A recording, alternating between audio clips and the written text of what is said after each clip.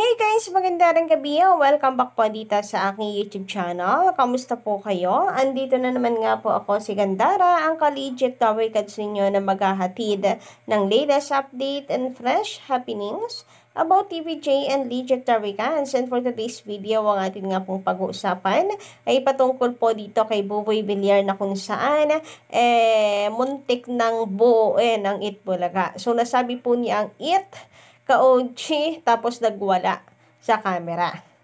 So, ayun, masasabi natin dito na parang nananadya talaga ka-OG ang kalaban. But before that, ay narito po pala ka-legit Americans ang bagong post ni Henyo Master Joey De Leon na kinagiliwan naman po agad ng mga netizens. Patungkol pa rin po ito sa Itbulaga na kung saan meron pa siyang pasaring sa title ng Kalabang Noontime Show. Tinuturing po ito na pasaring ni Henyo Master Joey De Leon.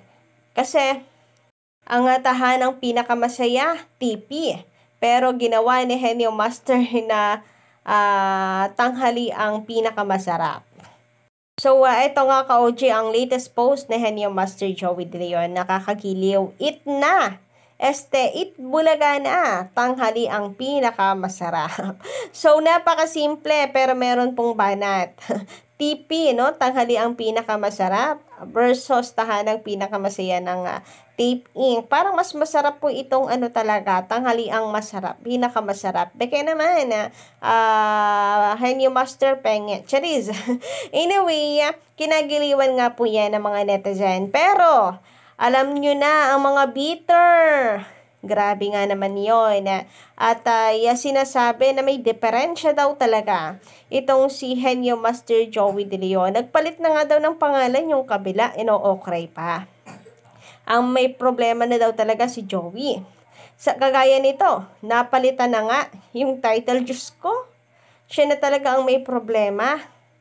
Pag ang Itbulaga nawala, ewan ko na lang. Nako, asa ka pa po, hindi po mawawala ang Itbulaga. Hanggat may bata, may Itbulaga, tandaan mo yan. And about dito sa TVJ pa talaga, ang may problema. Baka po yung Tape Inc. ang may problema. Kasi, talo na nga po sila, 0-4. Pero, patuloy pa rin silang umaapila. Nasampal na nga po sa kanila ang katotohanan na hindi nyo mapatunayan na kayo ang nakabuo ng titulong Itbulaga. Hindi nyo napatunayan na kayo ang may karapatan dapat sa titulong Itbulaga. Kasi sa IPO talo, pati po sa Regional Trial Court ng Marikina talo. Pero pinagpipilitan pa rin nila na silang Itbulaga. Tapos sasabihin, si Joey ang may problema, baka po sila. Kasi hindi na matanggap ang kanilang pagkatalo. At higit sa lahat ang katotohanan na TVJ is Itbulaga na ang nakakreate ng titulo ang dapat na nagmamayari. Katwiran ba naman ni Atty. Maggie? Hindi porke si Joey ang nag-create ng titulo, siya na ang dapat na magmay-ari nun. Ay sino po pala? Sino po pala ang dapat na magmay-ari? Hindi naman po nakakontrata si Joey De Leon nang i-create niya ang titulong Itbulaga. Hindi niyo rin mapatunayan na siya ay empleyado ng Tape Inc. Tapos, hindi dapat si Henyo Master ang magmay-ari. Ano daw yun? Nadulas na nga kayo na si Henyo Master ang nag-create. Tapos kakatwiran nyo na hindi pa rin siya ang dapat na magmay-ari nito. Kaya nga sabi po ng mga tao, kami nga hindi ninyo mapaniwala, korte pa kaya. Samantala ngayon naman pag-usapan po natin ang tungkol dito sa pagkakamali po ni Buboy Villar. Una, si Yorme. Nagkamali po siya. Sinabi niya, Itbulaga. Nung Sabado po ito Unang araw pa man din, nagkamali agad. Sus ko, akala mo ba naman napakatagal nilang ginamit ang Itbulaga. Compare mo sa TVJ na kung makapagbawal sila, wagas. Tapos ngayon, si Buboy Villar naman, ka-legit Americans, na parang nananadya pa.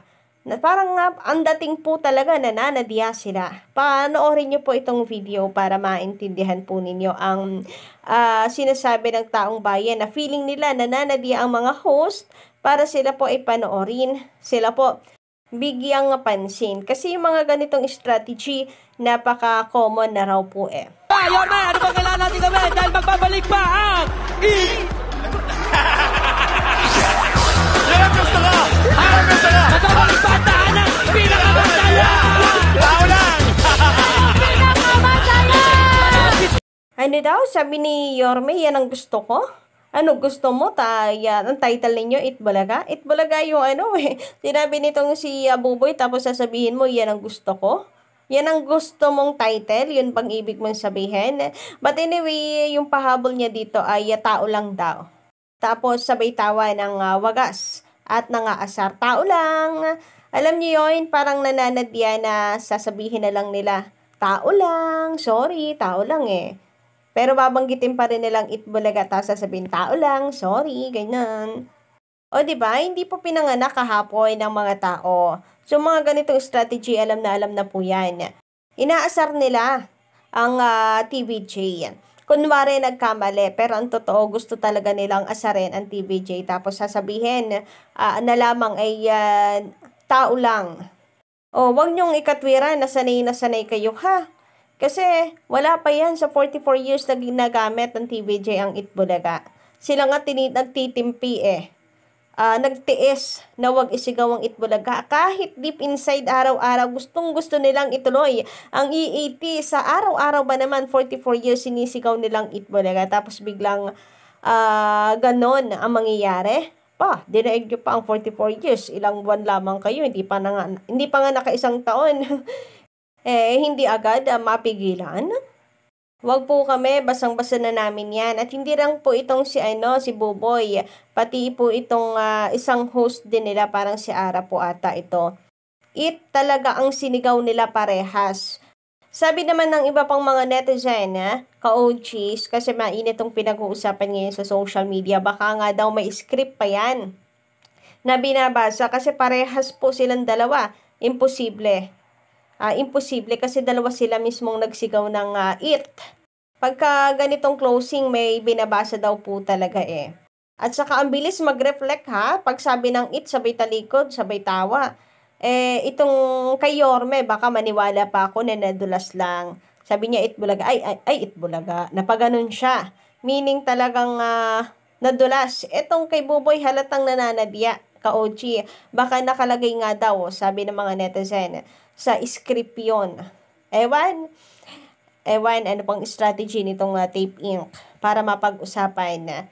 And siguro umaasa pa din talaga sila deep inside na mababawi nila ang Itbulaga. Kasi tanda ko nung isigaw nila na hindi daw tahanang pinakamasaya ang title nila, kundi Itbulaga ay wagas. Sabi nga dito, na Mr. Spokesman ng kabila, ngangabels ka na. May final panalo ng TVJ. At yung fake bulaga, tape dumps, fanatics, defenders, iyakan na. Yung best pills at TED, tape EB defenders, di pa rin sumusuko, umaasa pa rin. So, lahat naman sila, for sure, umaasa na maibabalik ang Itbulaga sa kanila. Reres back nga daw sila, di ba? And paaabutin nila ito hanggang Korte Suprema. So, good luck na lamang po talaga kung maibabalik nila ang titulo. Pero ngayon pa lamang, maraming nagsasabi na napakalakas ng laban ng TVJ.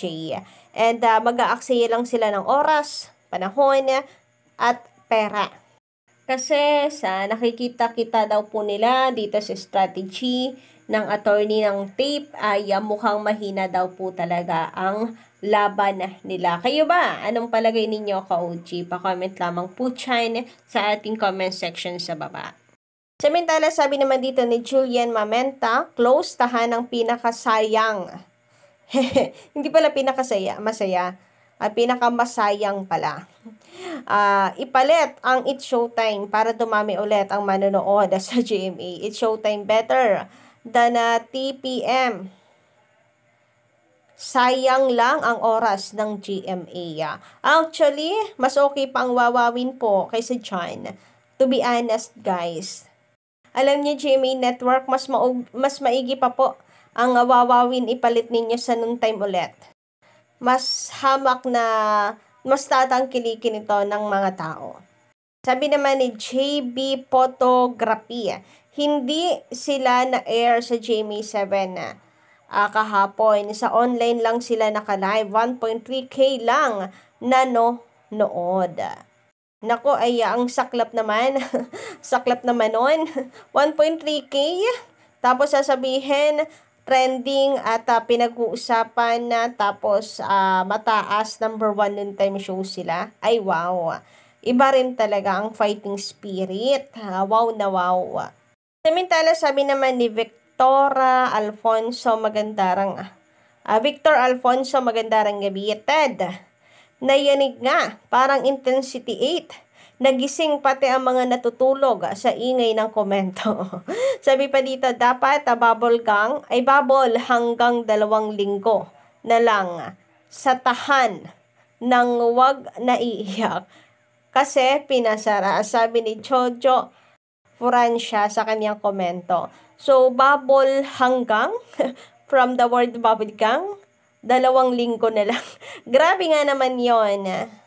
Pero hindi daw imposible, no, na baka sa 2025 ay babay na daw talaga ang taping, lalo na kung hindi po talaga sila makaka-recover.